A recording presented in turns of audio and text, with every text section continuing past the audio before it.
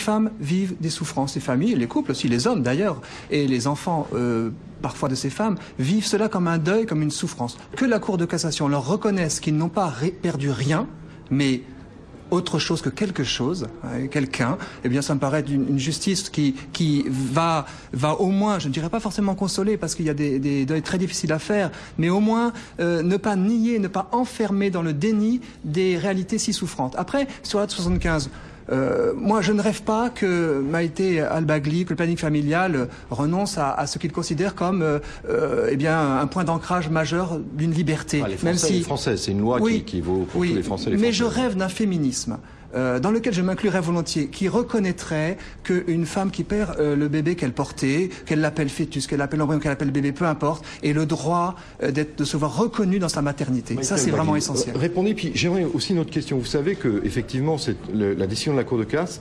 s'appuie sur une... En fait, il y a une circulaire en France qui prévoit qu'avant 22 semaines, voilà. Et cette circulaire est basée sur une recommandation de l'OMS de 77. Donc aujourd'hui, il y a des gens qui disent, des praticiens qui disent, un enfant aujourd'hui, même à 4 mois et demi ou un peu avant, il est viable. Mais vous savez, l'OMS, pourquoi 22 semaines ? Je ne suis pas médecin, mais comme je travaille depuis longtemps en planning familial, je commence à connaître les choses. Pourquoi 22 semaines ? Parce qu'à 22 semaines se font dans le cerveau les connexions qui permettent de dire qu'un enfant est viable. Donc voilà la chose, pourquoi c'est 22 semaines, c'est pas une idée comme ça qui est arrivée. Et la nature est faite, on peut faire des changements, mais quand les cellules sont en interconnexion, on ne va pas dire que c'est à 14 semaines parce que ce n'est pas vrai. Ce que je voudrais dire, c'est que avec tout ce travail et toute cette usine à gaz, comme je suis en train de le dire, qu'est-ce qui va se passer ? Qui doit déclarer les choses ? Le médecin ? La sage-femme ? Quel délai ? 3 jours ? Comme quand vous avez un enfant, si vous ne le déclarez pas à 3 jours, vous êtes puni pénalement. Est-ce que ça va être puni ? Les enfants à l'étranger, est-ce que les consulats vont avoir tout ça pour... Nous sommes en train de mettre quelque chose, et je suis pas en train de nier la douleur des familles quand elles perdent un enfant, quand c'est un projet parental. Le cadre aujourd'hui vous semble quand même un peu précaire et ne répondant pas à la douleur. Absolument. Mais absolument. Finalement, vous seriez presque tous d'accord pour qu'il y ait un vrai cadre juridique à l'Assemblée. Je pense qu'il va y avoir d'ailleurs une proposition. Il va y avoir débat à l'Assemblée prochainement, à mon avis, sur cette question. N'oublions pas que le texte qui a modifié la loi a été une lettre circulaire parce qu'à ce moment-là, les ministères concernés, j'y étais, on a travaillé ensemble, refusaient un texte de loi. Mais je voudrais qu'on garde, à mon sens, si vous permettez, évidemment c'est un homme qui parle en face d'une femme, mais cette souffrance des femmes, elle existe aussi dans l'IVG. Et la reconnaissance quelquefois de l'enfant, puisque j'ai passé des années, je vous le disais, dans ces entretiens obligatoires qui à l'époque existaient pour écouter ces femmes et ces hommes qui demandaient ce droit essentiel, élémentaire, non contestable de l'IVG, sont toujours, vous le savez mieux que moi, dans une souffrance considérable. Mais c'est pas tant eux qui sont concernés aujourd'hui que ce que nous n'avons pas fait et qui a été ce déni de grossesse durant des années. Et ça, je peux vous dire, pour accompagner ses parents depuis 19 ans au quotidien dans leur souffrance, on a fait quelque chose de totalement inégal. Jean-Philippe Legros, mais simplement, c'est mieux de pouvoir nommer un fœtus, même après une IVG, c'est mieux de pouvoir organiser pour faire le deuil, des obsèques, je etc. n'ai pas de protocole. Ce que j'ai appris, je l'ai appris des parents que je vois depuis des années. C'est-à-dire que c'est pas nous qui avons décidé que les choses étaient mieux comme ça. Nous avons, au fil du temps, appris à reconnaître qu'il y avait un double mouvement qui était à la fois de perdre quelqu'un dont personne ne pouvait justifier de l'existence. Et les femmes sont dans un double registre extrêmement complexe qui consiste à la fois évidemment à faire un deuil comme on l'entend mais qui n'a rien à voir avec le deuil classique et en même temps de maintenir la mémoire de cet enfant. Et c'est elle qui doit faire ce double registre en permanence et quand la société leur dit vous avez perdu rien, vous êtes en souffrance de rien, leur souffrance est à ce moment-là inacceptable. Non, je voudrais revenir un petit peu en arrière parce que je pense que plus on dit que l'IVG est une souffrance, plus on est en train de culpabiliser les femmes. Moi, je voudrais dire que l'IVG, c'est pas rien, bien entendu. Mais les femmes que nous recevons depuis plus de 50 ans, elles ne parlent pas de souffrance, elles parlent de soulagement.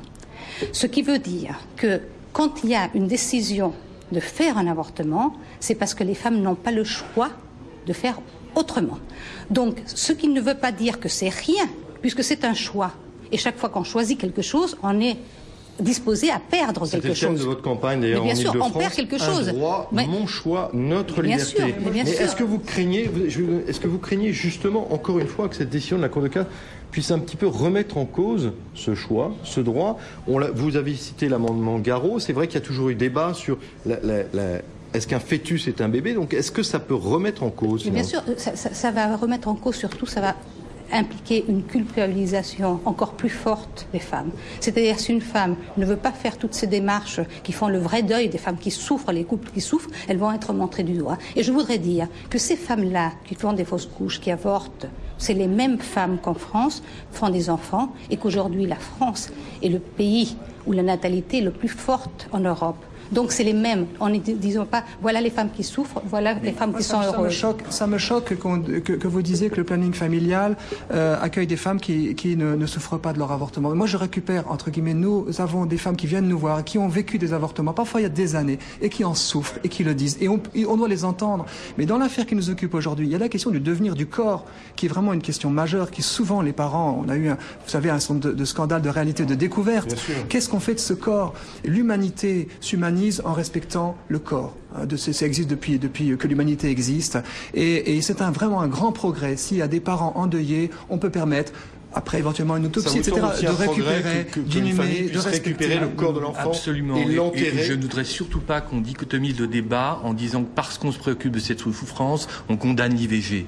Pour avoir cette pratique intime et régulière, je peux vous dire que ce qu'il faudrait entendre avant tout aujourd'hui, vous parliez de choix tout à l'heure. Les parents n'ont pas le choix en face de l'interruption médicale de grossesse. On ne fait jamais le choix d'interrompre la vie, on est amené à devoir le faire. Donc on est amené à réaliser l'inconcevable. Et c'est ça qui est extraordinairement difficile pour les parents, c'est qu'aucun parent au monde ne peut concevoir de souhaiter avoir un enfant et de devoir interrompre sa vie avant qu'il ne naisse. Donc c'est quand même cette question qui est à la base, et je pense que l'individu est paradoxal, ambivalent, complexe, et il est soumis sans arrêt à ces deux extrémités. Ambivalent, complexe, Maïté El Bagli. Presque en conclusion d'ailleurs, est-ce que effectivement la frontière n'est pas très ténue entre l'humanisation, pouvoir éventuellement réclamer effectivement le corps du fœtus, et puisque vous craignez la culpabilisation?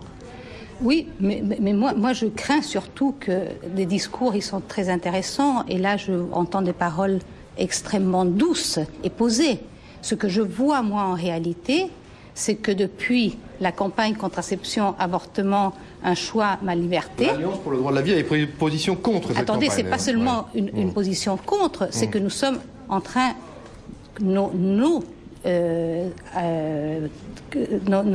maisons, nos associations sont en train de se faire saccager.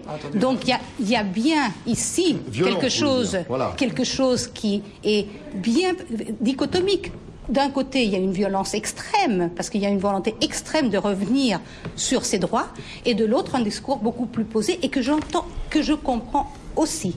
Parce que nous sommes, nous aussi... On a tenté aujourd'hui de faire un débat, là l'émission s'appelle Polémique, mais on a tenté quand même, c'est une question très sensible et complexe, on a tenté donc de faire un débat un peu plus posé. Est-ce que les femmes peuvent avoir le choix de garder leur enfant aussi? Maïté El Bagli, merci beaucoup. Tugdual Derville, merci. Et Jean-Philippe Legros, merci. Et c'est une question dans laquelle on va revenir dans un instant, dans le journal. À tout de suite.